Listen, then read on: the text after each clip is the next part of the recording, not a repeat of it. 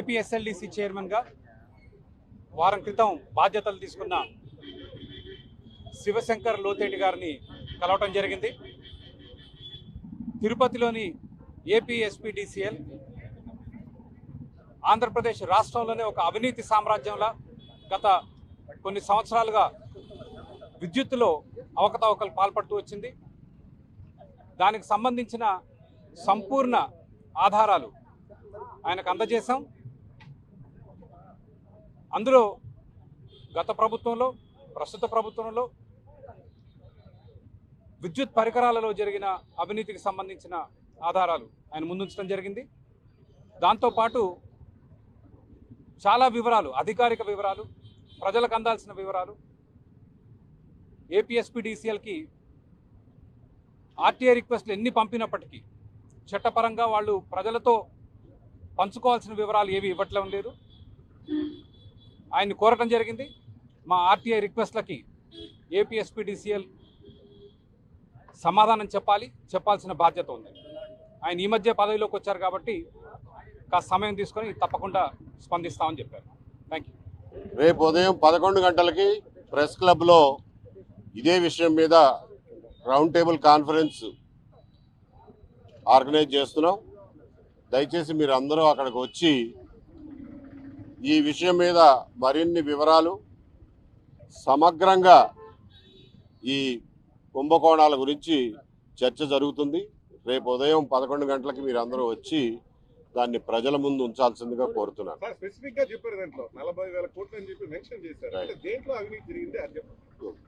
పరికరాల కొనుగోళ్లు అనేది హెడ్డింగ్. పరికరాల కొనుగోళ్లలో జరిగింది. ఇది ఎలా జరిగింది అన్నది రేపు రౌండ్ టేబుల్ కాన్ఫరెన్స్ లో వివరంగా చెప్తాం. ప్రస్తుతానికి అనధికారికంగానే ఆధారాలు సేకరించాం. అధికారికంగా ఆధారాలు అడిగితే ఆర్టీఐ రిక్వెస్ట్లు ఎన్ని పెట్టినా కానీ సమాధానాలు చెప్పడం. కాబట్టి ఇంకొకసారి వారిని రిక్వెస్ట్ చేసాం, బాబు దానికి సమాధానం చెప్పండి, మీకు చట్టం ఉంది కదా, అధికారికంగా మీరు ఇవ్వాలి కదా, కొంచెం ఇవ్వండి అని చెప్పాం. ఆయన ఈ మధ్యనే వచ్చారు కాబట్టి కొంత టైం తీసుకుని పరిశీలించి ఇస్తాము అని చెప్పారు. రేపు వివరంగా మాట్లాడుకుందాం బ్రదర్. శివశంకర్ గారు చాలా సానుకూలంగా స్పందించారు. నేను కొత్తగా వచ్చాను కాబట్టి అన్నీ పరిశీలించి మీరు చెప్పిన వాటి అన్నిటి మీద ఏమేమి చర్యలు తీసుకోగలనో అన్నీ తీసుకుంటాను అని చెప్పారు. వారికి ఆ సమయం ఇవ్వాల్సిన అవసరం కూడా ఉంది. ఇంకేదైనా క్వశ్చన్లు ఉన్నా కానీ మీరు అడగచ్చు. బాధ్యతగా ప్రజలకు ఏం చెప్పదలుచుకున్నారు? ఇంత ఈ స్థాయిలో అవినీతి జరిగింది కాబట్టి మీ తరపున, మీ లిబర్టీ తరపున ప్రజలకు ఏం చెప్పదలుచుకున్నారు?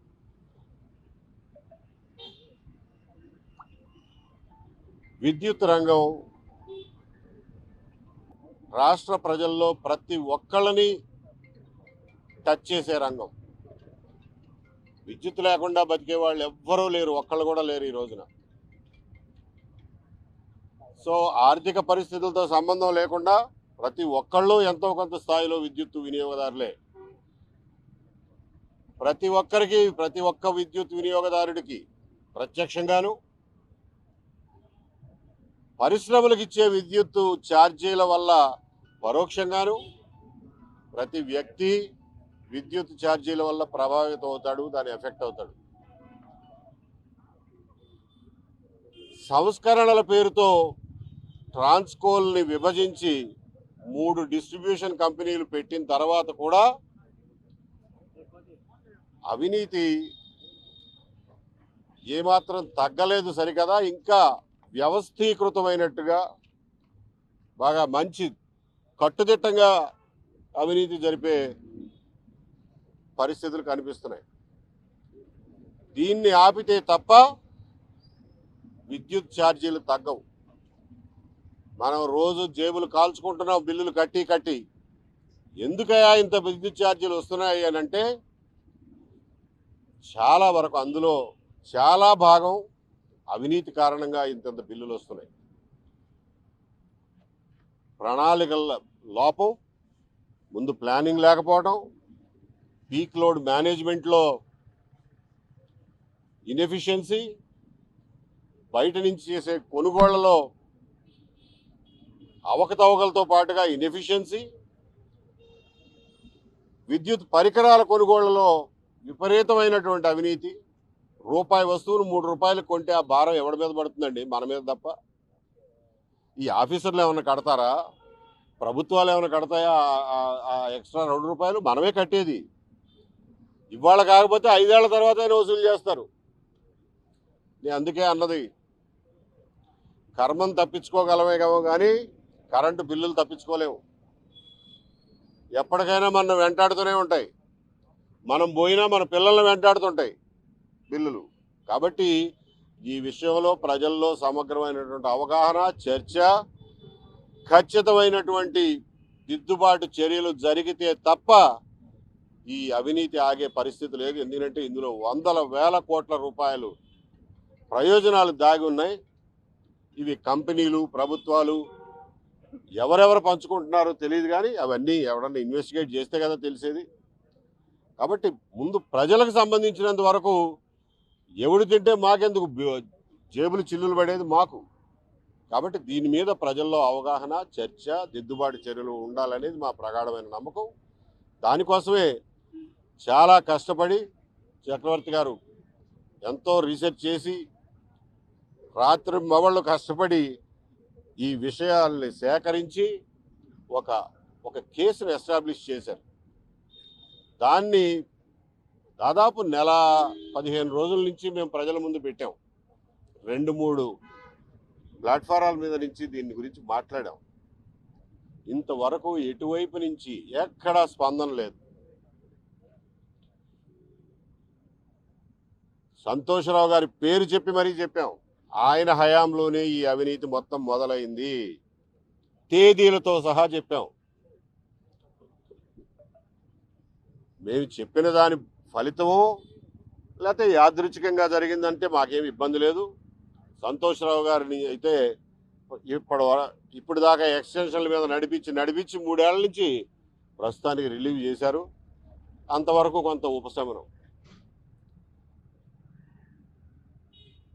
పాత ఆల్రెడీ మన దగ్గర వసూలు చేసేసిన సర్ఛార్జీల నుంచి